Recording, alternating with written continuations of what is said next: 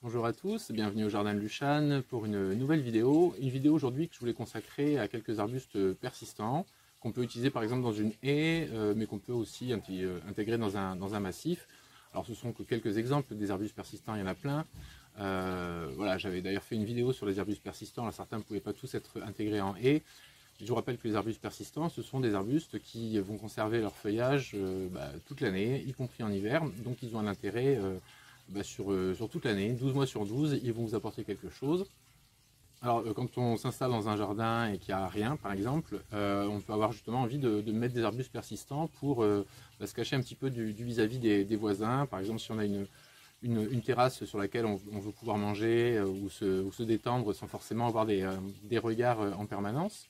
Les arbustes persistants, ils vont aussi vous permettre de cacher un vis-à-vis disgracieux. Par exemple, ça peut être un mur qui n'est pas très beau ou un grillage, de façon à le masquer. On peut également vouloir occulter une vue qui n'est pas très agréable à l'œil, par exemple un bâtiment au loin, une tour ou quelque chose. Donc en mettant un arbuste persistant, on va cacher cet élément de façon pérenne. Et enfin, on peut avoir envie d'installer des arbustes persistants, parce qu'en fait, les arbustes persistants ont un avantage, c'est qu'ils vont filtrer le vent. Dans cette vidéo, je vous propose donc 7 arbustes persistants qui sont intéressants pour leur feuillage, déjà parce qu'il est donc présent toute l'année, mais aussi parce que le feuillage peut être décoratif, il peut être changeant au fil du temps, c'est-à-dire pas avoir tout à fait toujours la même couleur. Certains vont également vous apporter une floraison sympa, une belle floraison, voire une floraison parfumée. D'autres vont produire des fruits décoratifs ou des fruits qui sont intéressants également parce que les oiseaux vont s'en nourrir pendant l'hiver. Beaucoup de ces arbustes sont à croissance rapide, c'est-à-dire que vous allez assez rapidement avoir un effet intéressant pour obtenir l'objectif que vous êtes fixé, si c'est par exemple cacher un vis-à-vis. Tous les arbustes que je vais vous présenter dans cette sélection, à l'excepter d'un seul, peuvent être utilisés en haie taillée, en haie régulière, comme celle qu'on voit derrière moi ici. C'est une haie de laurier qui était là quand je suis arrivé, je vous en parlerai du laurier. Donc des haies régulières, des haies taillées. Alors petit conseil, évitez quand même les haies monoculturales. Si possible, essayer de diversifier un petit peu pour avoir une meilleure richesse botanique, pour favoriser la flore et la faune. Et puis parce que à l'œil, c'est quand même plus agréable d'avoir une haie qui est un petit peu évolutive avec différents feuillages, différentes couleurs et éventuellement différentes floraisons. Alors petit rappel, en général, tout ce qui est arbuste se plante plutôt à l'automne. Dans la majorité des régions, le sol est réchauffé, les pluies automnales permettent aux racines, avec un sol réchauffé, de bien s'implanter dans le sol pour affronter l'hiver et surtout pour affronter la sécheresse de l'année suivante. Vous pouvez quand même les planter au printemps, mais ça va nécessiter forcément une plus grosse surveillance au niveau de l'arrosage. Et dans tous les cas, une fois que vous avez planté votre haie, pensez à pailler avec des tonds de gazon par exemple, ou des feuilles mortes ou autre chose. Alors dernière chose avant de commencer, souvent j'ai des commentaires sur YouTube après les vidéos et on me dit où est-ce qu'on peut trouver les plantes qui sont proposées dans les vidéos. Alors les plantes, vous allez les trouver de façon générale en jardinerie. Alors il y en a plein que vous connaissez, je ne vais pas citer de marque. Vous pouvez également, et moi je vous conseille d'ailleurs plutôt de vous orienter vers des pépinières, dont c'est vraiment le métier. Alors vous avez des pépinières qui sont près de chez vous. L'avantage d'un pépiniériste qui est proche de chez vous, c'est qu'il connaît votre climat, il connaît votre sol, donc il va être plus à même de vous conseiller. Et puis vous avez éventuellement, parce que tout le monde n'a pas des pépinières à portée de main, vous avez des pépinières en ligne qui existent, qui vous proposent de grandes sélections avec plein de variétés. Il y en a de très sérieuses, donc n'hésitez pas à passer par une pépinière. Et si vous n'avez pas de pépinière, orientez-vous vers une jardinerie. Voilà, l'intro est terminée. Maintenant, on passe à la sélection de ces 7 arbustes persistants. Le premier que je voulais vous présenter, c'est le chalef, Eleagnus ebinjaï. Alors c'est un super arbuste qui, a priori, ne paye pas de mine, mais qui a quand même plein de qualités. Déjà, il a un feuillage épais, bien dense, donc bien occultant, qui va être, alors en début de saison, en général, le feuillage a des reflets un peu gris argenté. Il a vraiment une teinte argentée qui est vraiment sympa. Je vous le montre en vidéo ou en photo, comme ça vous allez vous rendre compte un petit peu de la teinte qu'il peut avoir, même si ça rend moins bien forcément en image qu'en réel. Donc un feuillage persistant qui est un petit peu gris argenté et qui va ensuite tourner vers le vert. Alors le vert pour la majorité des variétés. Et puis on a aussi quelques variétés panachées, comme par exemple Eleador ou Gilt Age, ou encore l'Amelite. Le chalef, c'est un arbuste à croissance rapide qui va donc forcément nécessiter d'être taillé pour être maintenu dans des proportions convenables. Si vous le laissez faire, il va facilement monter à 3 mètres. Alors il y a une variété qui s'appelle Compacta ou Compactus, des fois on le trouve sous les deux noms, qui elle reste plutôt dans les 2 mètres. qui est plus facile à maîtriser et qui va nécessiter d'intervenir moins souvent. En plus de ce feuillage qui est quand même sympa, moi il y a quelque chose que j'adore chez le Chalef, c'est sa floraison. C'est une floraison automnale. Là, je me souviens que la première fois que j'ai rencontré cet arbuste, c'était, alors je ne sais plus dans quelle ville, mais c'était en bord de mer sur la côte atlantique. Je me promenais le long de la mer et tout d'un coup j'étais pris par un parfum qui était absolument extraordinaire. C'est il y a un petit moment de ça. Je connaissais pas bien les plantes et je me suis demandé mais d'où venait ce parfum, et en fait c'était Chalef. Alors ce sont des toutes petites fleurs, blanc, jaune, crème, qui se remarquent à peine, mais alors, qui dégagent un parfum absolument divin. Il ne s'agit pas d'un parfum à peine perceptible, hein, c'est vraiment un parfum qui va diffuser plusieurs mètres autour de l'arbuste. Les Lagnus, vous allez planter dans tout sol, pas trop sec, pas gorgé d'eau non plus, même dans les sols salés, donc les sols de bord de mer. A priori, il n'est pas trop adepte du calcaire. Mais si votre sol est un peu pauvre, c'est pas trop un souci. De toute façon, on peut toujours amender un petit peu avec du compost, par exemple, pour enrichir la terre et donc nourrir l'arbuste. Et puis une fois qu'il est installé, il résiste très bien à la sécheresse. Côté exposition, partez plutôt sur le plein soleil ou éventuellement la mi-ombre. Et concernant la rusticité, elle est un peu limitée pour certaines régions, parce qu'on est aux alentours de moins 12, moins 15 si le sol est vraiment bien drainé. Donc c'est peut-être pas un arbuste qu'il faut installer dans toutes les régions. En tout cas, son feuillage persistant est un bon brise-vent et il résiste également très bien aux embruns, donc ça fait un excellent arbuste pour les bords de mer sous climat doux. Le deuxième arbuste de cette sélection, c'est un arbuste que tout le monde connaît, c'est celui qui est ici derrière moi, donc c'est le laurier palme, on l'appelle aussi laurier cerise, le laurier amande, le laurier du Caucase. Alors en fait, c'est pas du tout un laurier. C'est un prunus, il fait partie de la famille des prunus. C'est le prunus laurocerasus. Lui aussi est doté d'une croissance rapide, hein, il se prête très bien à la confection de haies régulières. À nouveau, comme pour le précédent, on a un feuillage qui est épais, mais qui va être luisant, qui va être un peu plus tendre quand même que sur les Lagnus. C'est un feuillage vert, banal, alors lui il sera vert toute l'année, il ne va pas changer de teinte. Si le feuillage printanier est un peu plus vert clair que le feuillage du reste de la saison, mais voilà, on est sur du vert, il n'y a pas vraiment d'évolution. Au printemps, vers avril-mai, vous avez une floraison en grappe blanche, parfumée, mellifère, donc il va attirer les abeilles. Si vous le laissez en port plus ou moins libre, vous pourrez bénéficier de la floraison, mais si, comme moi ici, vous êtes obligé de le tailler en haie, à ce moment-là, comptez pas du tout sur la floraison. Alors c'est un arbuste qui va monter à 2, 3, 4, 5, voire 6 mètres et plus. Hein. Si vous le laissez prendre ses aises, il peut rapidement devenir énorme et difficilement contrôlable, donc il va aussi nécessiter d'être taillé régulièrement. Le laurier palme, il va se perdre dans tout sol ordinaire, frais mais drainé. Au niveau de la rusticité, on est à peu près à moins 15, un peu plus même, moins 15, moins 17. Donc il peut être installé quand même dans pas mal de régions. Il accepte également très bien les tailles sévères, c'est-à-dire que même si vous coupez dans le bois, dans les vieilles branches, il va refaire du feuillage.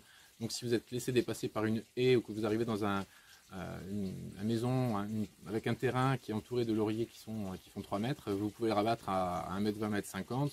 Vous pouvez également le réduire en largeur, parce qu'il peut prendre beaucoup de largeur. Même sur du bois et plus avoir de feuilles du tout, il va remettre des feuilles sans problème. Alors bien sûr, ça fait propre, voilà, c'est quelque chose qui peut être taillé au cordeau, bien régulier, etc. Mais alors les feuilles se compostent très mal, donc moi en fait je les composte pas, je les amène à la déchetterie, ce qui m'embête un peu parce que j'aime bien pouvoir réutiliser ce qui est au jardin, dans le jardin. Voilà, et puis donc c'est quand même très poussant, faut le surveiller comme le lait sur le feu. Hein. Le troisième arbuste persistant que je voulais vous présenter dans cette vidéo, c'est un autre persistant qui est très connu et qui est très utilisé, en particulier en haie, c'est le photinia. Alors le photinia, vous allez en voir dans plein de jardins, taillés comme derrière sur des haies au carré, mais on peut également le laisser pousser en forme beaucoup plus libre, beaucoup plus naturelle, où souvent il est quand même bien plus intéressant. Le photinia, il a la particularité au début du printemps de faire des jeunes pousses qui sont d'un rouge vif, donc ça c'est vraiment un intérêt supplémentaire par rapport à celui qu'on a vu avant, par exemple, qui a un feuillage toujours vert. Lui, on a vraiment un feuillage très rouge. Alors, vous avez d'autres variétés, comme Pink Marble par exemple, qui a un feuillage panaché et puis un petit peu plus rose. Donc en fonction des variétés, vous pouvez avoir des feuillages différents. Après une taille, il a aussi tendance à refaire des nouvelles pousses qui vont être aussi très colorées. L'essai libre, c'est un arbuste qui va monter pareil à 3 mètres facilement, fois 2-3 mètres d'envergure. Donc ça peut devenir une belle boule, un beau bonhomme dans le jardin, où on peut le tailler de façon très régulière. Il accepte très bien la taille de façon à être maintenu à 2 mètres. S'il n'est pas taillé, vers avril-mai, il va produire lui aussi des inflorescences, des fleurs, des grandes fleurs, c'est des groupes de fleurs qui sont blanc crème, qui sont assez sympas aussi et qui rajoutent un intérêt ornemental avec ce feuillage coloré. Ça peut être franchement sympa. Le Photinia, vous lui donnez un sol plutôt léger, bien drainé, riche en humus. Vous évitez les sols qui sont asphyxiants, trop compacts, trop argileux, gorgés d'eau en hiver. Après, ces sols ils peuvent être acides, neutres ou légèrement calcaires, ça lui pose pas vraiment de soucis. Et au niveau de la rusticité, on est sur du moins 15, moins 18 degrés, donc c'est un arbuste qui est bien résistant, il n'y a pas de souci, vous pouvez l'installer facilement dans votre jardin. Dernière chose, il résiste bien à la sécheresse une fois qu'il est établi. À chaque vidéo, quand je vous parle de certaines plantes, je vous dis elles peuvent être résistantes à la sécheresse. Alors évidemment, si vous plantez un jeune plant au milieu du printemps ou au début du printemps et que vous ne vous en occupez pas et qu'il y a comme cette année des gros déficits d'eau, il ne va pas résister. Il n'aura pas eu le temps de développer un système racinaire qui va lui permettre de résister à la sécheresse. Donc quand on parle de résistance à la sécheresse, c'est bien sûr une fois que l'arbuste est établi. Donc comptez bien 1, 2, voire 3 ans pour que vraiment le système racinaire soit suffisamment solide. Et après, il n'y a même pas besoin de les arroser. Mais au départ, il va peut-être falloir un petit peu les soutenir de ce côté-là, le temps de leur laisser la possibilité de s'installer justement. Le quatrième arbuste de cette sélection, c'est tout simplement le Troène, le Ligustrum. Alors on en voit un aussi derrière moi ici, qui déborde de la haie. Son feuillage il est vert, il peut faire 2 cm ou jusqu'à 10 cm suivant l'espèce que vous allez choisir, parce qu'il y a plusieurs, il y a le Ligustrum, ça c'est le genre, puis vous avez différentes espèces de Troène. Et alors le feuillage donc il est persistant à semi-persistant selon les conditions climatiques, sachant que c'est le Ligustrum japonicum, c'est-à-dire le Ligustrum du Japon, qui est réputé être le plus persistant, même si les températures descendent un peu. Et puis il existe aussi des Ligustrum à feuillage panaché, voilà, parce qu'un feuillage panaché, ça va vous apporter un petit peu de diversité, un petit atout décoratif supplémentaire qu'un Troène classique ne vous apportera pas. En fin de printemps ou en début d'été, une floraison blanche, en grappes de fleurs blanches qui sont parfumées, sympa aussi, et qui va également attirer les abeilles. Cette floraison, elle donne naissance à des petites baies noires qui sont toxiques pour l'homme, mais qui sont appréciées des oiseaux, donc une fois de plus, ça permet d'inviter la faune dans votre jardin. Côté sol, n'importe quel type de sol, ordinaire, frais, bien drainé, même calcaire, au soleil ou à la mi-ombre. Question rusticité, on est à peu près sur du moins 15 degrés. C'est un arbuste qui va bien résister à la sécheresse, pareil, une fois qu'il est bien installé. Il résiste à la pollution, il résiste aux embruns, il attire les oiseaux qui vont nidifier, qui vont ensuite se régaler de ses baies. Il attire également donc, les insectes butineurs avec ses fleurs. Bref, c'est un arbuste simple qui a beaucoup de qualité. Donc en gros, dans les arbustes qu'on utilise comme ça dans les haies, il y a celui dont je vous parlais, le Ligustrum japonicum, qui est le Troène du Japon, le Ligustrum ovalifolium, le Troène de Californie, ou le Ligustrum vulgare, c'est-à-dire le Troène commun, c'est celui qui pousse derrière ici, qui est semé tout seul, sans doute un oiseau qui est justement qui est venu déposer une graine après s'être nourri de la baie. On continue avec un nouvel arbuste, le Cotonéaster. Donc en général, là il y a deux espèces qui sont utilisées, le Cotonéaster lacteus ou le Cotonéaster franchetti. Là on est sur un feuillage épais, qui est vert foncé, qui est persistant à semi-persistant selon les régions. Une floraison mellifère qui est blanc ou blanc rosé et qui se déroule de mai à juillet selon votre région. Et dans l'introduction je vous parlais d'arbustes qui étaient intéressants pour leurs baies, leurs fruits colorés. Alors le Cotonéaster c'est un champion là-dessus, il va vous offrir selon les variétés, vous allez avoir des baies qui vont être rouge vif, orangé ou saumonées, qui vont persister sur l'arbuste une bonne partie de l'hiver. Donc c'est un attrait supplémentaire pour apporter de la diversité, des couleurs dans votre jardin. À terme, ce sont des arbustes qui vont atteindre à peu près 3 mètres en tous sens et qui ont un port alors un peu érigé mais aussi assez souple. Donc il y a un look qui n'est pas du tout strict, qui s'intègre parfaitement dans les jardins naturels ou les jardins romantiques. Concernant le sol, il n'a qu'une exigence, c'est un sol bien drainé. Donc on évite les sols lourds, gorgés d'eau en hiver, les sols asphyxiants. Après pour le reste, tous les sols vont lui convenir, même les sols calcaires, même si ce sont des sols pauvres et caillouteux, ça ne va pas lui poser de problème. Vous l'installez au soleil ou à mi-ombre. Pour les régions, en fait il est à peu près rustique jusqu'à moins 15, moins 20 degrés. Essayez quand même de le protéger des vents froids, c'est toujours mieux. Lui aussi résiste au sec une fois bien installé et lui aussi supporte très bien la taille. L'avant-dernière arbuste de cette sélection d'arbustes persistants, c'est le Pittosporum du Japon, Pittosporum tobira. Là on est sur un arbuste au port arrondi qui va faire à peu près 3-4 mètres en tous sens. Il a un feuillage caractéristique qui est vert brillant et les feuilles sont retroussées, recourbées sur les côtés. Vous en avez sûrement rencontré, en particulier si vous êtes promené du côté de la Méditerranée où c'est un arbuste qu'on rencontre énormément. Il existe des variétés au feuillage panaché comme le cultivar variegatum. Et puis on a aussi une floraison blanche en fin de printemps, une floraison blanche et parfumée. Alors celui-là a une croissance plus lente que les précédents, mais il vaut le coup d'être planté si vous cherchez un arbuste et si vous avez un climat approprié, on va y revenir. Et si vous cherchez un arbuste qui change un petit peu et que tout simplement son look vous plaît. Alors le Pittosporum taubira, il va apprécier tous les sols bien drainés, qu'ils soient plus ou moins riches ou même un petit peu plus pauvres, voire sableux. À Argelès-sur-Mer, par exemple, il y en a énormément qui sont plantés quasiment dans le sable à quelques dizaines de mètres de la plage. Donc ce sont des arbustes qui résistent très bien à la sécheresse, qui résistent bien au vent et qui restent bien aux embruns également. Hein, tous les vents salés, etc., ça leur fait pas peur du tout. Leur seul petit problème, c'est qu'ils ne sont pas hyper résistants, ils ne sont pas hyper rustiques, résistants au froid. Hein. On est de l'ordre de -5 à -10 degrés. Donc ce sont des arbustes qu'on va vraiment réserver aux régions qui sont les plus douces, qui ont des hivers où les températures ne descendent pas trop et pas trop longtemps. Pour l'exposition, plein soleil ou mi-ombre, aucun souci. Éventuellement, vous pouvez même le mettre à l'ombre. Moi j'en ai vu des exemplaires qui sont plutôt à l'ombre et qui se développaient également correctement. La seule chose, c'est que quand vous plantez un arbuste à l'ombre, automatiquement, comme il y a moins de soleil, vous risquez d'avoir une floraison moins généreuse. Et sur cet arbuste, la floraison est intéressante parce qu'en plus elle est parfumée. On termine cette sélection avec un arbuste que vous connaissez aussi certainement, que vous avez certainement croisé également si vous êtes allé sur la côte méditerranéenne, dont il est un petit peu emblématique, mais on en trouve également à d'autres endroits, sur le littoral atlantique, même un peu plus à l'intérieur des terres, bien que sa rusticité soit un peu moins forte que les premiers que je vous ai présentés. Il s'agit bien sûr du laurier rose, le Nerium oleander.